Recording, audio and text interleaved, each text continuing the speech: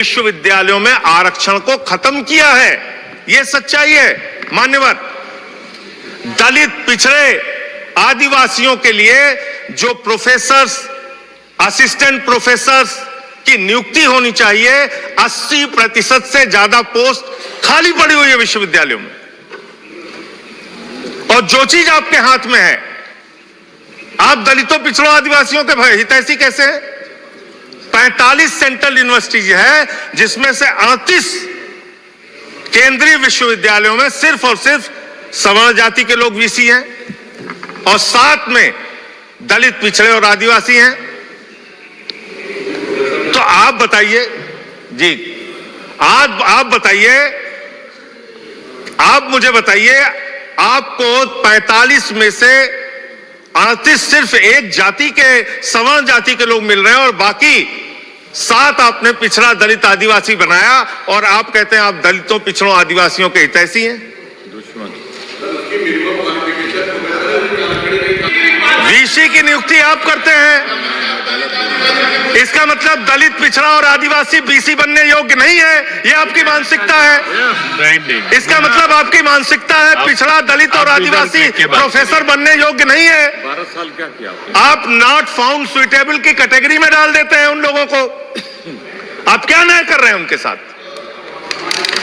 पूरे देश के हाई कोर्ट, सुप्रीम कोर्ट की हालत देखिए सर। देश का है सुप्रीम कोर्ट 1 और 25 हाई कोर्ट। वहां पे कितने जज हाई कोर्ट के अंदर या सुप्रीम कोर्ट के अंदर दलित, पिछड़े, आदिवासी हैं? पता कर लीजिए, आपको पता चल जाएगा। तो अगर कहीं उनके साथ न्याय की बात आती है तो आप न्याय नहीं, नौटंकी करते हैं, जानबूझ के दिखाने की कोशिश करते हैं कि आप उनके हितैषी हैं, जबकि आप हैं नहीं। आपको है ना, और पूरे देश का वातावरण खराब किया आपने। मैं इस सदन के अंदर आपके माध्यम से सरकार को प्रस्ताव देना चाहता हूं, अगर आपकी नीयत साफ है तो हर विश्वविद्यालय में 2 तरह की कमेटी बनाइए। एक जो सिर्फ और सिर्फ कास्ट डिस्क्रिमिनेशन को देखे, यानी कि जाति के आधार पर भेदभाव को देखे, और दूसरी कमेटी आप वहां पर बनाइए जिसमें कि हर प्रकार के भेदभाव को आप कवर कीजिए। कोई झगड़ा ही नहीं होता। भाषा के कॉलेजेस में इंटरव्यू हुए थे लेक्चरर्स के अपॉइंटमेंट के लिए, असिस्टेंट प्रोफेसर्स के अपॉइंटमेंट के लिए। कुछ लोग जो कैंडिडेट थे वो रिजल्ट निकलने के बाद, इंटरव्यू देने के बाद रिजल्ट शीट लेके हमारे पास आए थे। लोग उसमें मुझे देख के, और आप लोगों को भी आश्चर्य होगा कि जो जनरल कैटेगरी के कैंडिडेट थे, सिलेक्ट हुए थे, सिलेक्टेड, उनमें से जो लोग आए वो सब सिलेक्ट हो गए। लेकिन जो ओबीसी, एससी और एसटी कैटेगरी के कैंडिडेट्स थे, उन सब के आगे कॉलम में लिखा हुआ था NFS, नॉट फाउंड सुइटेबल। ये सोशल जस्टिस है। रिटन में नंबर ज्यादा हैं, लेकिन इंटरव्यू में नॉट फाउंड सुइटेबल और दे वर नॉट सिलेक्टेड। और यही नहीं, नीचे के धरातल के स्तर पर आजादी के इतने दिनों बाद भी स्थिति इतनी भयावह है कि आगरा जिले में जाटवों की एक बारात जा रही थी।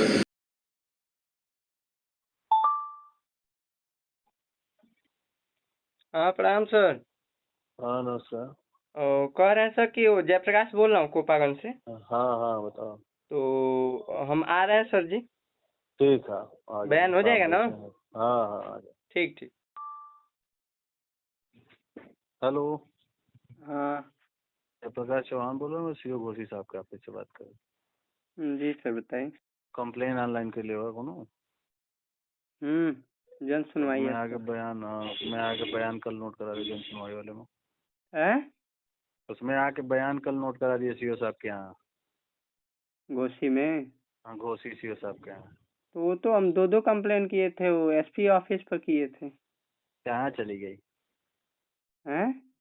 कहाँ चली गई कंप्लेन? वही कंप्लेन तो आई है, तो बुला रहा हूँ बयान के लिए। अच्छा, ऑनलाइन जो जन सुनवाई वाले में है। हाँ, उसी में एक बयान नोट करा सर अपन। ठीक है।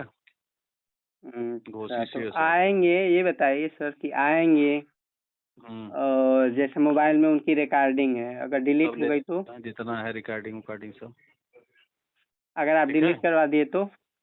सुरक्षा चाहिए क्या तुमको वहीं से पूरा? हैं? क्या करोगे उसमें, जैसे वहीं से आप सुरक्षा लगेगी सुरक्षा क्या नहीं घर देंगे से? सर, ऐसे आप बात करेंगे क्या? तो तुमको बयान के लिए कह रहा हूँ, जब आप लेते हैं ना सुरक्षा पूरा देंगे या अपना नहीं ये डॉक्यूमेंट बताइए सर, आप बताइए, आपकी बात रिकॉर्डिंग पर है। पूरा, वो कोई दिक्कत नहीं है, मैं बयान के लिए बुला रहा हूँ, तुम बयान के तो लिए आना बयान के आओ। लिए हम ये आपसे पूछे हैं कि मोबाइल में अगर है आप डिलीट करा दिए तो इसकी बात बताइए।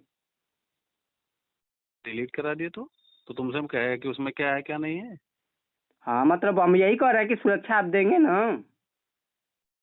मैं डिलीट कराने के लिए यहाँ बुला रहा हूँ तुमको। तो इसीलिए तो हम कह रहे हैं कि हम वहाँ पर आएंगे, हम अपनी बात को रख सकते हैं, इसीलिए हम 2 बार नहीं हाँ गए पूरी सर। बात के लिए आओ, यहीं पे जो बात है अपनी एक्सीओ साहब से बताना। क्या इसीलिए बोला हम है उसमें एसपी आके। ऑफिस 2 बार गए सर कि हमको दूसरे पर हम्म भरोसा नहीं है, हम सीधे आप ही के यहाँ बयान देंगे, तो 2 बार लिख दिया आप ही के यहाँ। हाँ वो यहीं आएगा, वो यहाँ आएगा या थाने जाएगा, जहाँ वो करेंगे साहब तो आएगा, यहाँ आके अपना हाँ तो सीओ इस साहब से तरह पूरी से आप बात बताओ। भाषा मत बोलिए, आप खुद सुरक्षा देने की जिम्मेदारी आप रखते हैं। चाहे ऐसे पूरे सबको। पूरे सबको नहीं, जो अगर आप बुला रहे हैं तो आप उनकी सुरक्षा मैं नहीं बयान के देंगे? लिए बुला रहा हूँ कि तुम्हारे घर से सुरक्षा लेके तुमको पहले 2 जने के घर से सुरक्षा हम लगा देंगे। नहीं, ये थोड़ी ना हम कर रहे हैं, हम हाँ? थाने में की हाँ। बात कर रहे हैं कि आपके यहाँ आ रहे हैं तो अगर ये डिलीट थाना हुआ तो। है, आओ पहले कल अपना एक बयान नोट कराओ। ठीक है सर, ठीक है। ठीक है ना? कै एक बजे सर मिनट जी से आना है?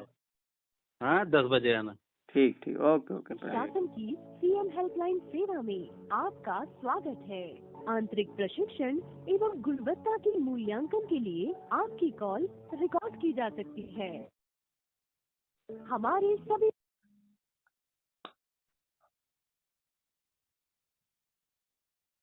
नमस्कार, मुख्यमंत्री हेल्पलाइन सेवा 1076 में आपका स्वागत है। कृपया अपना नाम बताएं।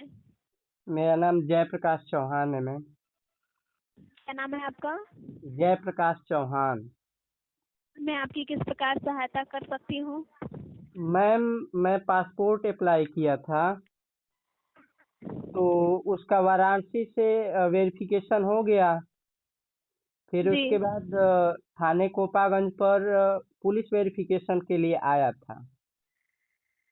तो उस उपलक्ष्य में थाने से हमको बुलाया गया बार बार कह के कि आप आइए अपना डॉक्यूमेंट लेकर के, जबकि इसका जो ये है कि घर जाकर के आप जांच करेंगे। हम बार बार उनसे कहें कि हमारे घर आइए जांच कीजिए, लेकिन एक चंद्रशेखर सिंह सर करके हैं दीवान, वही फोन किए और कह रहे हैं कि डॉक्यूमेंट लेके आओ नहीं तो तुमको थाने में बताते हैं।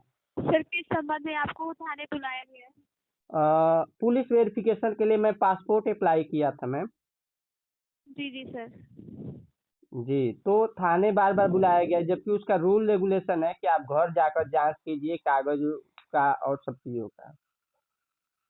तो उस तो सर उपलक्ष्य इसमें में आपका पुलिस वेरिफिकेशन जो आपने बनवाया था वो बना नहीं है अभी तक, क्या समस्या है? अब वो हो गया मैम, लेकिन हम ये कह रहे हैं कि आम आदमी को अगर थाने से धमकी मिलेगी तो आम आदमी कहाँ सुरक्षित महसूस करेगा। इस उपलक्ष्य में मैम एक एप्लीकेशन में वहाँ पर दिया हूँ पुलिस अधीक्षक कार्यालय पर, लेकिन उस तरह की कार्रवाई नहीं हो रही है जिससे मैं संतुष्ट हो पाऊँ। जी जी सर। जी मैम। अभी यदि तक आपने थाने में इस संबंध में जानकारी दी है, समाधान नहीं किया जाएगा तो आप 1076 पे कॉल कर लीजिएगा, आपकी समस्या का समाधान किया जाएगा। ओके आप मैम, प्रतीक्षा। ठीक है, thank you ma'am, thank you. मुख्यमंत्री हेल्पलाइन सेवा 1076 में संपर्क करने के लिए धन्यवाद। Thank you ma'am.